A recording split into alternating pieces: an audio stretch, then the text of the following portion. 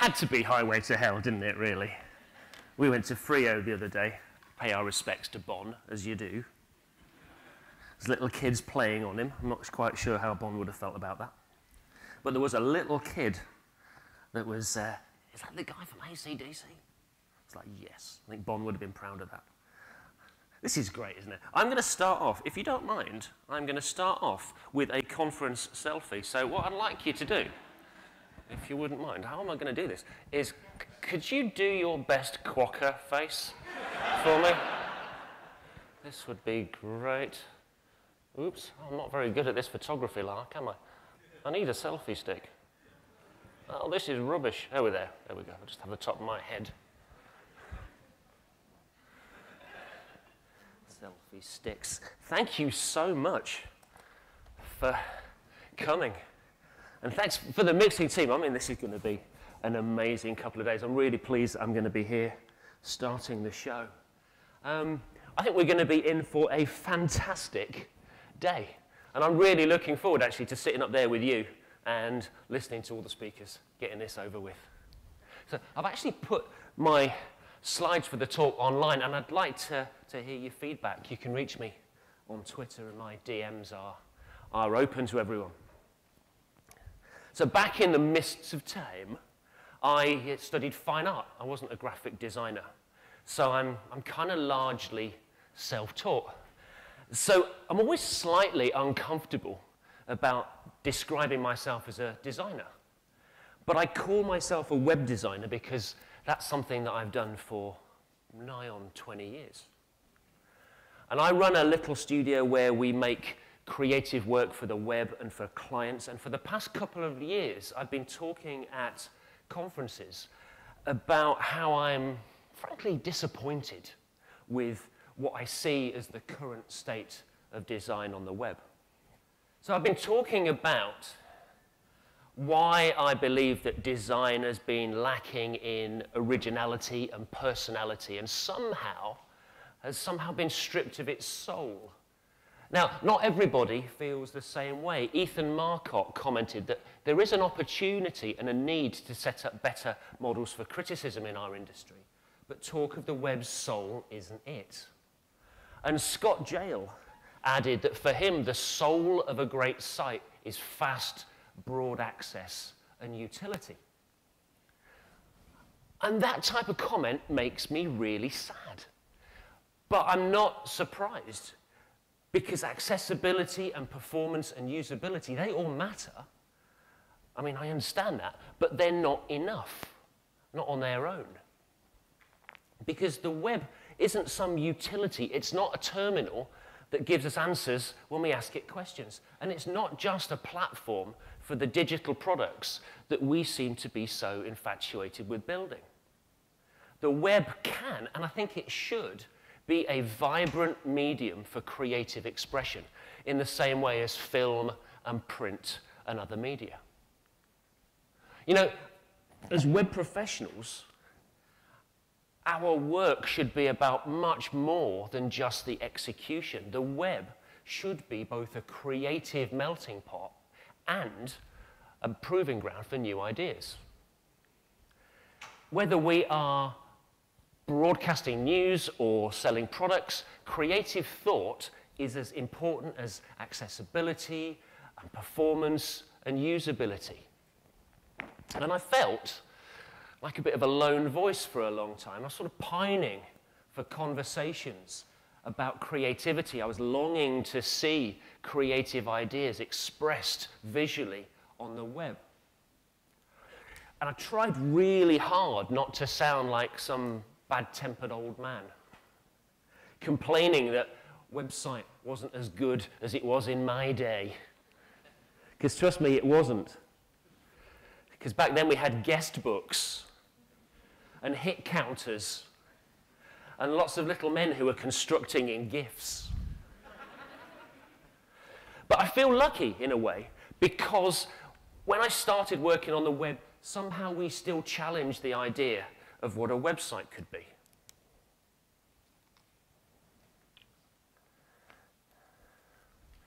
So over the past year, I've found out from articles and conference talks that there are people out there who share these concerns. So outside the industry, I've heard from clients who want to present themselves and what they sell or do differently, not because of difference's sake, but because they've come to understand that for a successful business or product, creative design is as important as responsiveness or research. And I put some video up of last year's talk on my website, and I talked about the reasons why I think the web design has been lacking in originality and personality and in soul. Because there's our fixation with designing digital products. Somehow we've forgotten that the web is a medium for communication outside of applications.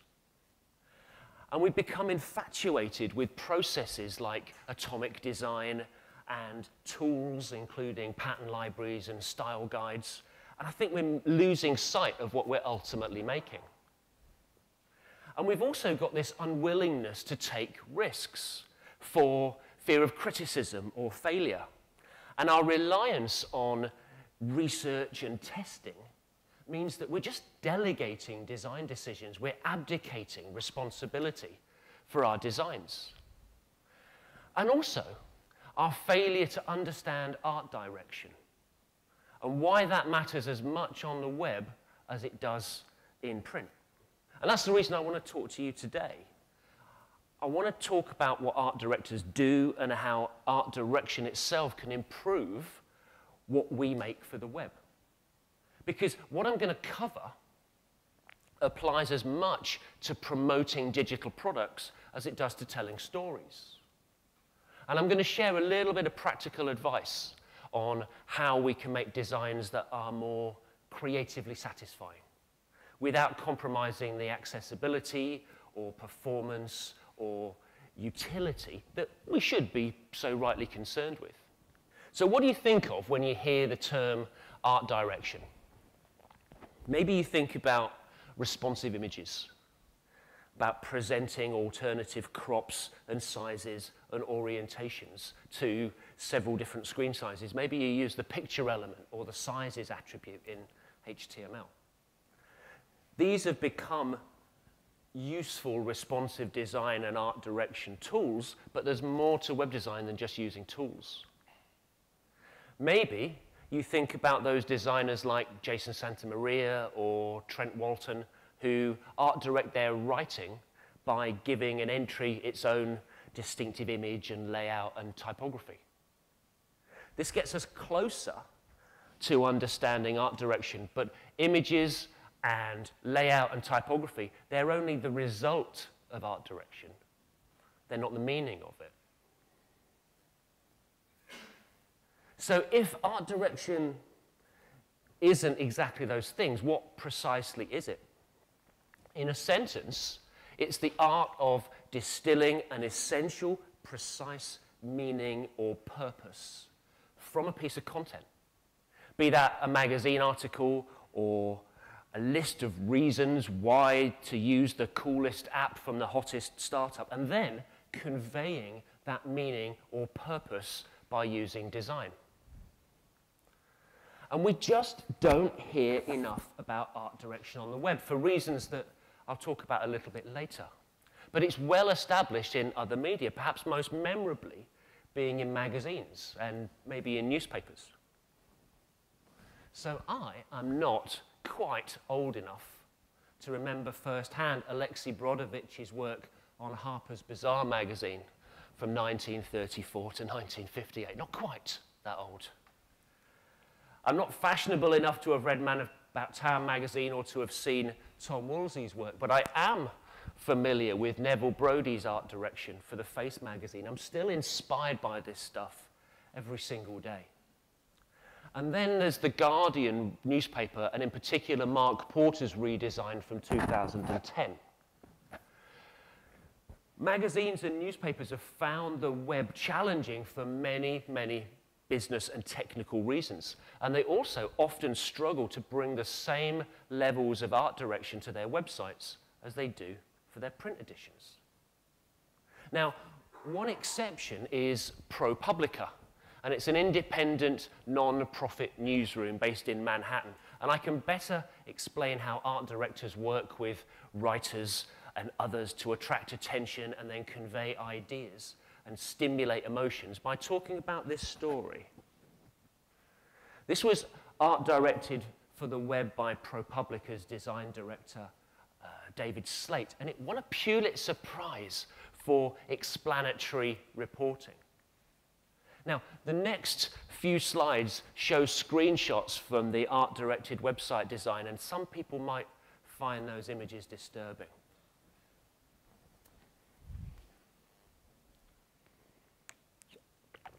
This is the story of a woman who reported her assault to her local police department, only to then be charged with a misdemeanor for false reporting.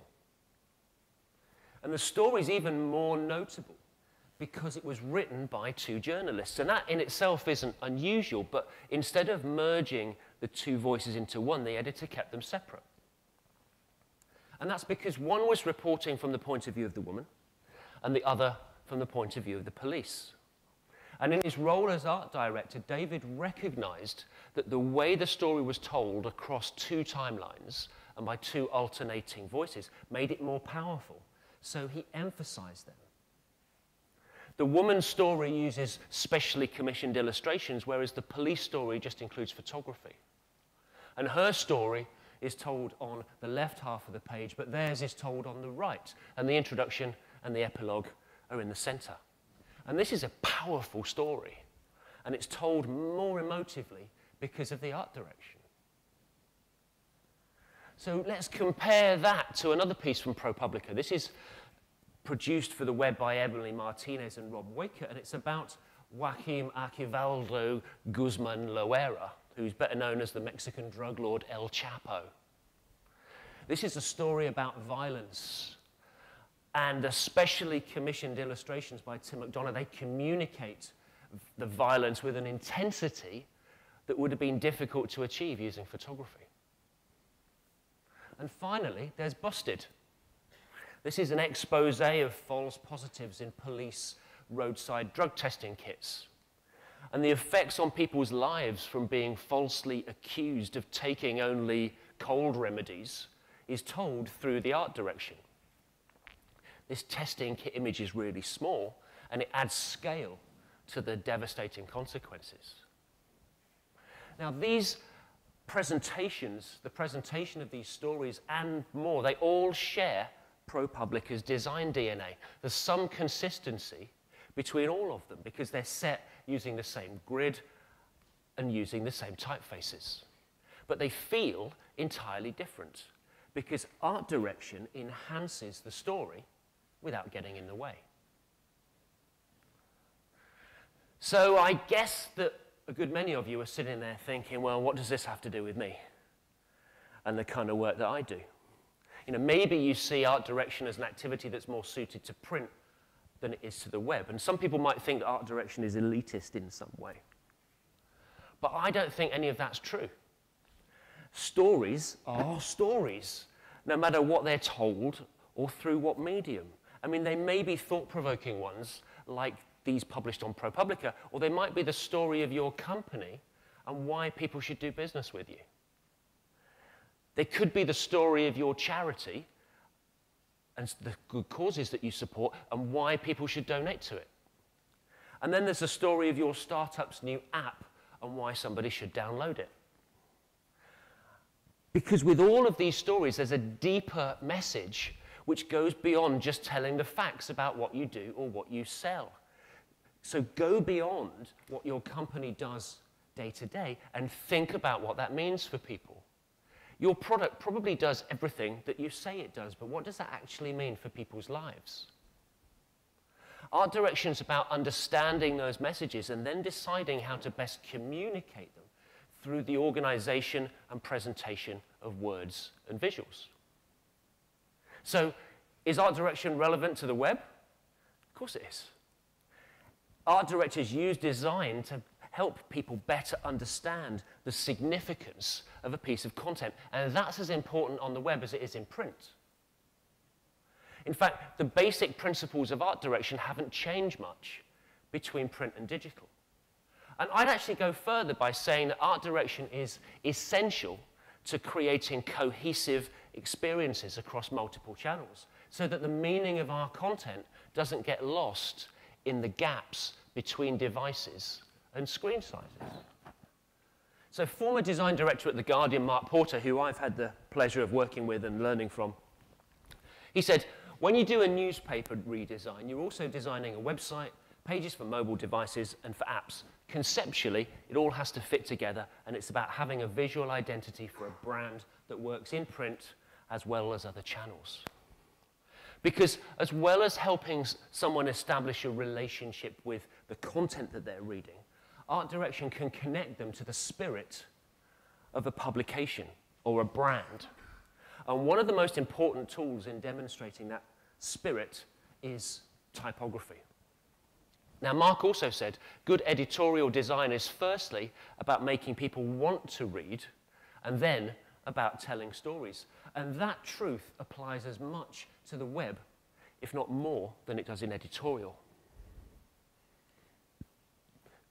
Typography is key to a website's visual identity because it conveys seriousness or playfulness or youthfulness.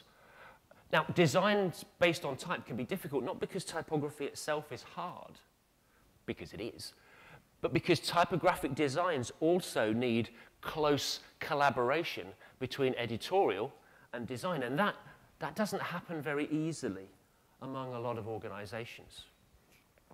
So, I could spend a whole day, let alone an hour, talking about typography. So I'm going to explain a few ways that you can use type to help emphasize the meaning of your content.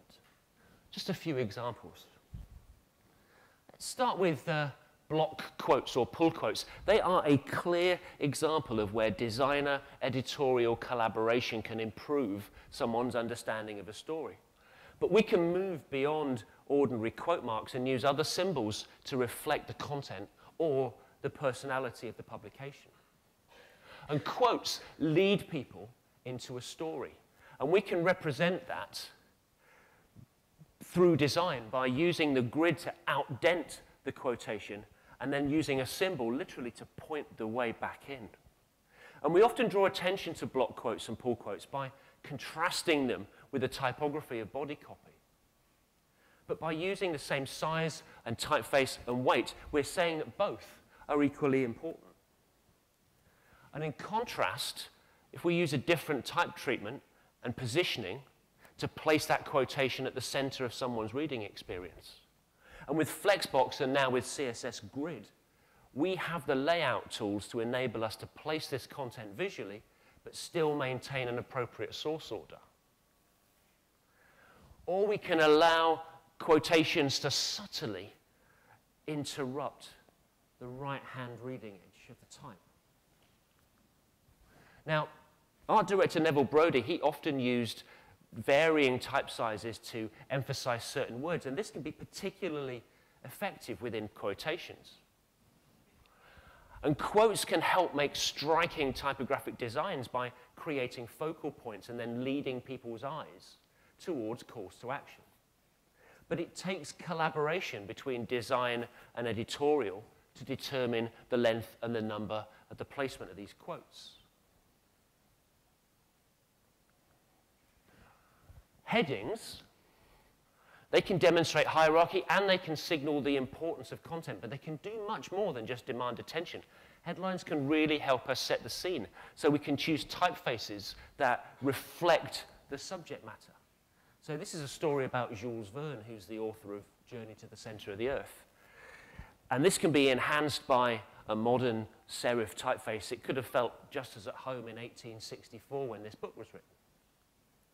And we needn't always place headlines at the start of a story.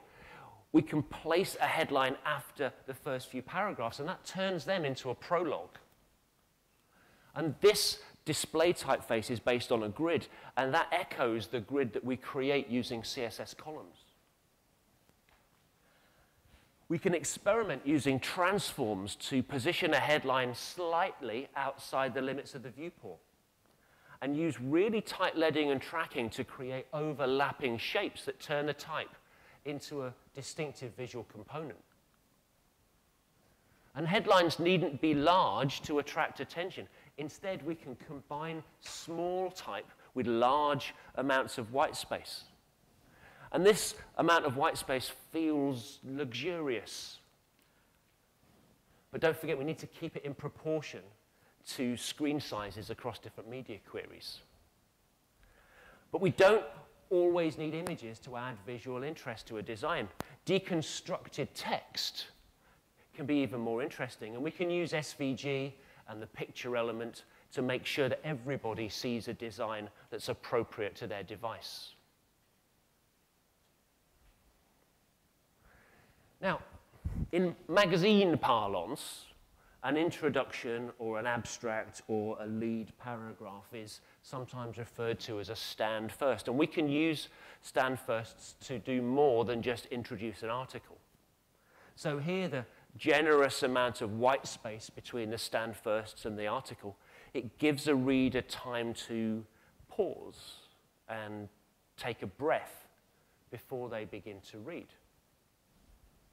Or we can give stand first visual prominence by making it the only center-aligned piece of text on the page, and we can add an amount of leading that reflects its importance. And stand first can actually come first, so we can position them above the headline, maybe add some borders between those overlong lines of text, which draws a visual connection with the columns of text below.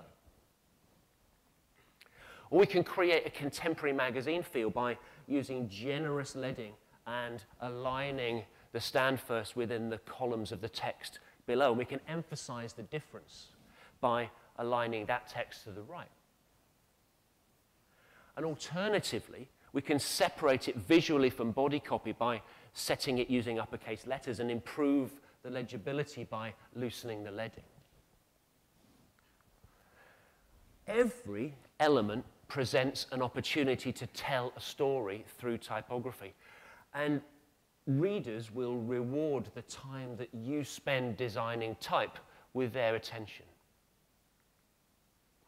Every element, no matter how small, presents us with an opportunity to be creative.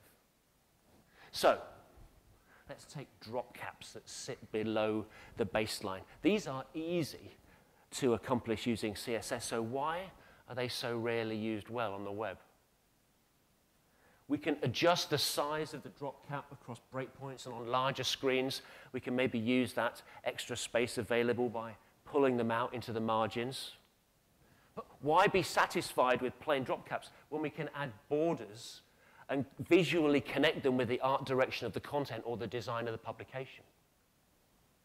We can make a feature of this drop space by replacing caps with symbols or with illustrations.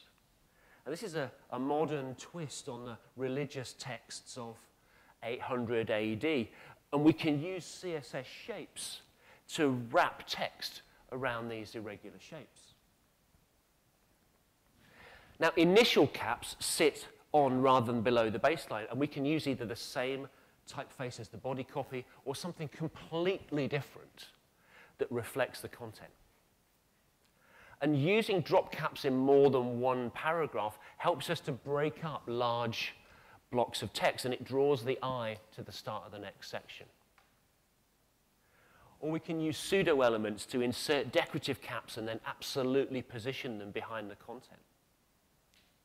And we can use initial caps for more than just indicating the start of the first paragraph. We can add personality to headings too. We can experiment with typefaces that contrast, possibly by mixing the traditional serif cap with a contemporary headline. And in magazines and newspapers, you'll often find the first 3 words of the first paragraph emphasized in some way, perhaps emboldened or set in uppercase.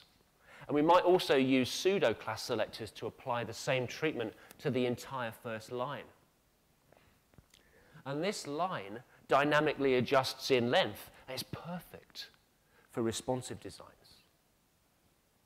Now, I've always believed that to make inspired design decisions, we need to feel inspired. And there's no better place to start looking at work than from designers that we admire, particularly from outside the web. The fundamentals of typography and layout and image treatment, they're exactly the same whether we're working in print or on the web. But that doesn't mean that we can just apply print solutions to the web, because our challenges are very different. So if we're going to avoid making retro designs or mere pastiches of past work, we need to look at other designers' work to understand the actual principles that they used, and also the context in which they were working. Now, people say a lot, the web isn't print, but you know, there's not much difference between print and the web unless we choose to make it that way. Now, Mark Porter said that design is being in charge of the distribution and elements in space.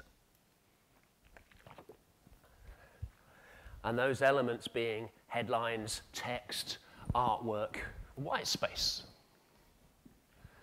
And coincidentally, it was at The Guardian in 1988 that David Hillman first introduced the first white space to a newspaper design layout. Before then, it had been restricted mainly to magazines.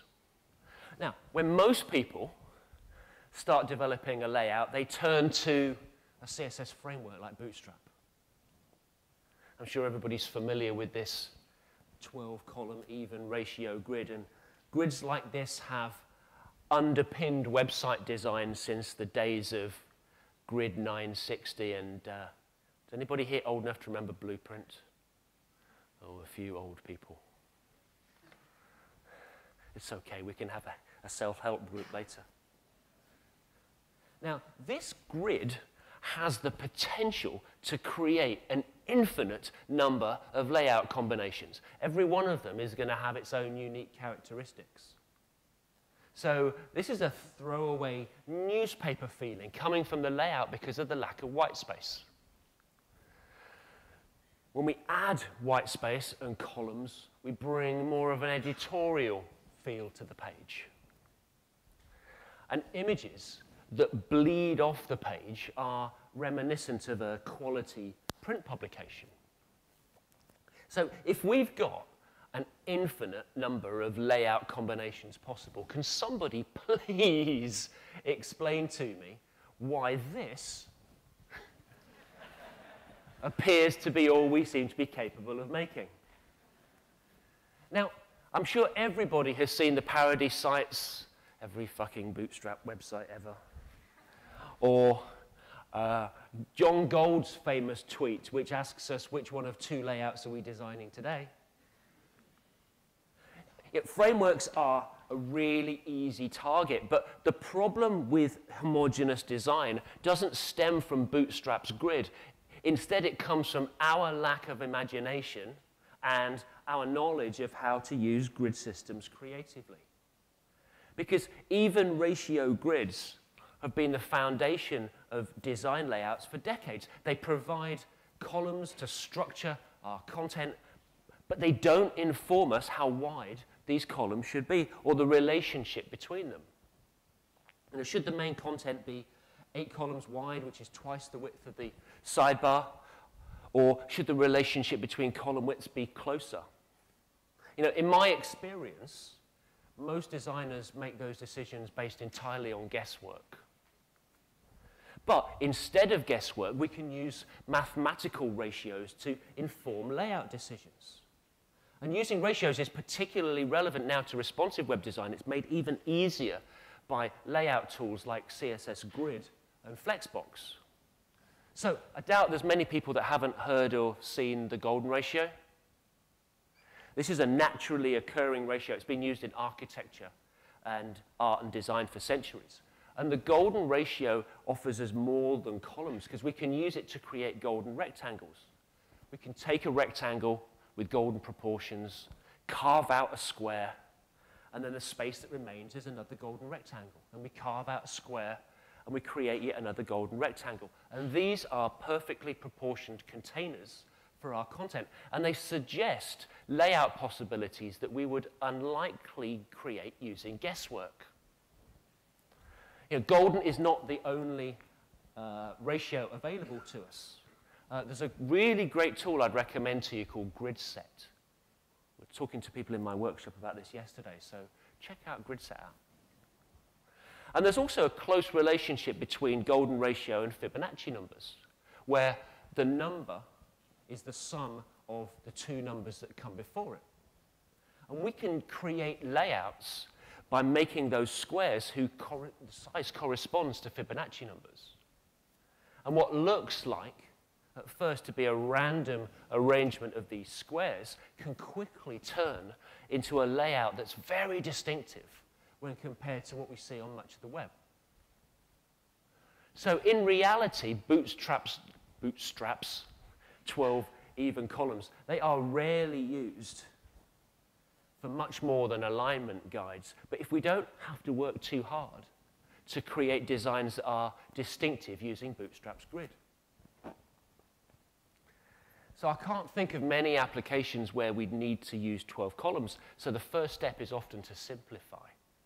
And we can turn 12 into 6 more manageable columns. This was the grid that was the foundation for our work on redesigning WWF's fundraising pages this year.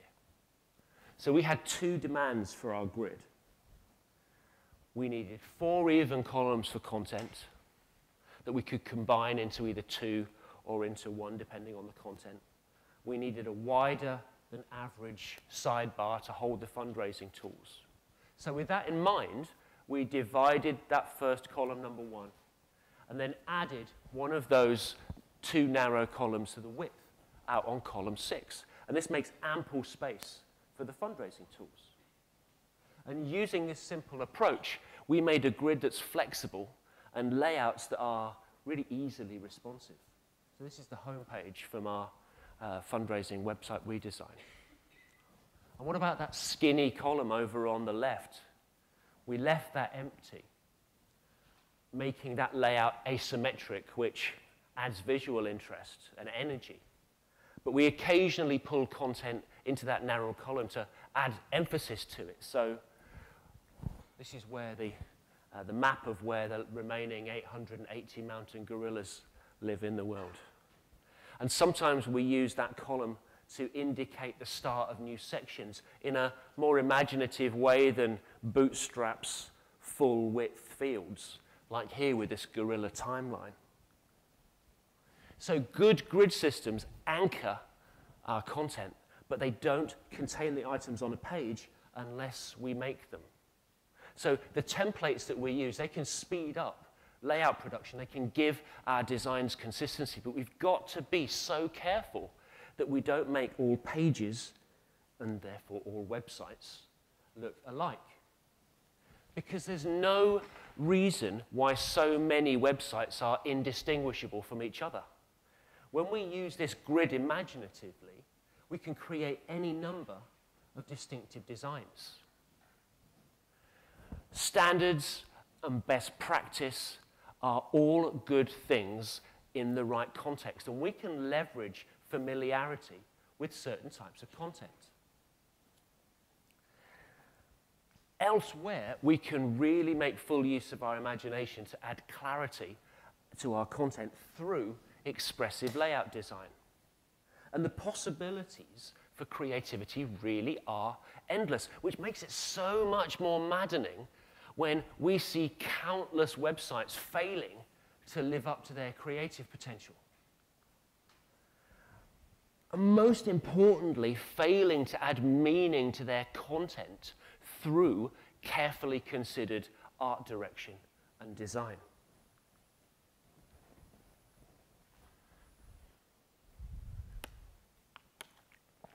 So, at the beginning of this year, I worked with Smashing Magazine on some creative concepts for their anniversary relaunch. And during the process, we decided that a 6-column even ratio grid was the most flexible for presenting the editorial content.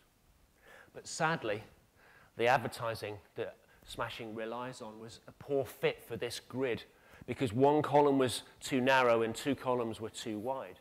So the solution was to use an alternative grid made from 4 even columns. Now, nowhere is it written that we have to only use 1 grid per page. In fact, combining 2 grids to create what's called a compound grid is an established design technique, but it's so rarely used on the web. And these 4 columns are perfectly proportioned for advertising. And the lines created by the 4-column grid also informs the size and position of other elements, including these smashing conference promotions, which subtly interrupt the reading experience. And irregular shapes like this, they can draw attention towards parts of the layout and more usefully towards calls to action. And here we've got block quotes or pull quotes, and it makes it abundantly clear where to start and finish. Or we can add a 100-pixel border to the bottom of a block or pull quote to add visual interest with 0 impact on performance. Or we could use CSS shapes to extend a feature image into the content space and then overlay a caption by using SVG to create an irregular background. And finally, we can combine CSS shapes with the ghost of type elements to create these unusual column shapes. So far the grid examples I've covered, they've all been focused on the number and the width of columns, but that's only one dimension in layout design. A second dimension comes from what are known as horizontal fields. And the intersection of columns and fields creates grid modules and modular grids that offer another way to create imaginative layouts. So a modular grid makes it easy to determine the format and size of images, for example. And we can choose type that creates lines that are most readable within the right number of characters. We can use grid modules to inform the depth of white space between elements. And we can use the grid to create a series of page templates that are different enough for each other to avoid repetition, but they remain familiar. So, figure captions. They offer readers a meaningful explanation of an image, but they're also fabulous for accessibility and for SEO. Nowhere is it written in the rulebook that captions have to be below an image. That's mostly where you'll find them. So we can do something different. We can position a caption above the image. And this is really simple to do just by reversing the flex direction. And we can change the flex direction from column to row, and we can place a caption to the side of an image. And Flexbox makes it really easy to align a caption's content to the bottom of an image. But why stop there?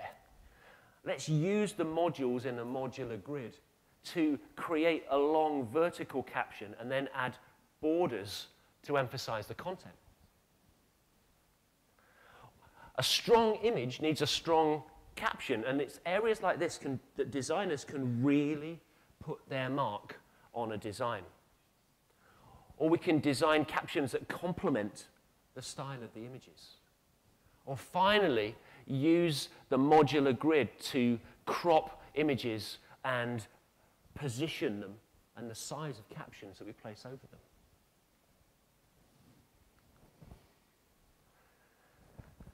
Now, David Hillman wrote that in its best form, art direction involves the art director having full and in-depth understanding of what the magazine says, and through design influencing how it's said.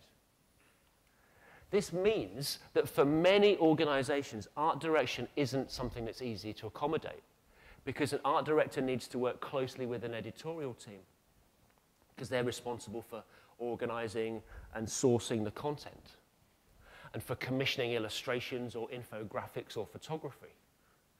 In fact, art direction and design and editorial should be equal partners.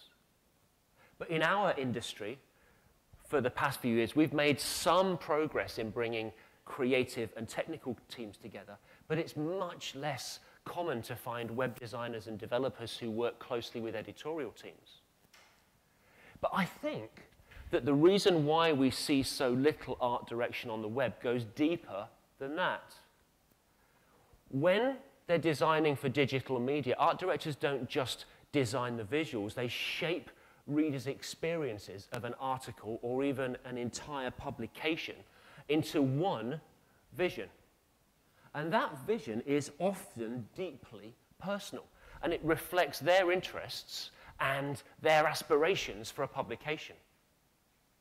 You know, the most well-known art directors put themselves into their work. It's opinionated, it's recognizable, and we can see their fingerprints all over the work. And that is something that goes counter to what we're often told, which is that a web designer's needs should come second to the needs of users. Strong art direction on the web or anywhere else means trusting in the instincts and the judgment of an individual art director. But lately, our instinct has been replaced by research. We've become so risk-averse that judgment now takes second place to testing. And to reduce our risk of failure even further, we've become dependent on processes like atomic design, breaking design into a set of predictable and repeatable patterns. We've turned simple style guides into complex design systems, and we've put pattern libraries at the center of our design process. Now, these pattern libraries do help designers to improve efficiency. You know, I spend a lot of my time now consulting with clients on how best to use them. And similarly, living style guides can help organizations maintain better consistency in user experiences and visual identities across channels. But a cohesive experience needs more than a guide to a set of patterns. It needs a singular creative vision, and that can come from art direction. Art direction can provide a strong set of design principles that are applicable to digital channels as much as they are to print. You know, we needn't look much further than Mark Porter's redesign of The Guardian in 2010 to see how content and design and development teams have followed his design principles and unified readers' experiences across apps and newsprint and the web. Now, occasionally, I will hear that designers argue that processes like atomic design and tools like pattern libraries or style guides are somehow incompatible with art direction because that demands flexibility in order to be original. But you know what? I don't agree with that because I believe that to be truly effective, these processes need art direction to make them meaningful. Without art direction, even the most attractive atoms and molecules and organisms and templates have little more than superficial looks to unite them. In fact, I think in the end, it's art direction that's the gravity that brings these atoms together. So, all of the typefaces that I've used for my talk were all designed by the fabulous Dalton Mag. Please go and check those out. Thank you very much for encouraging my bad behavior, and have a fantastic conference.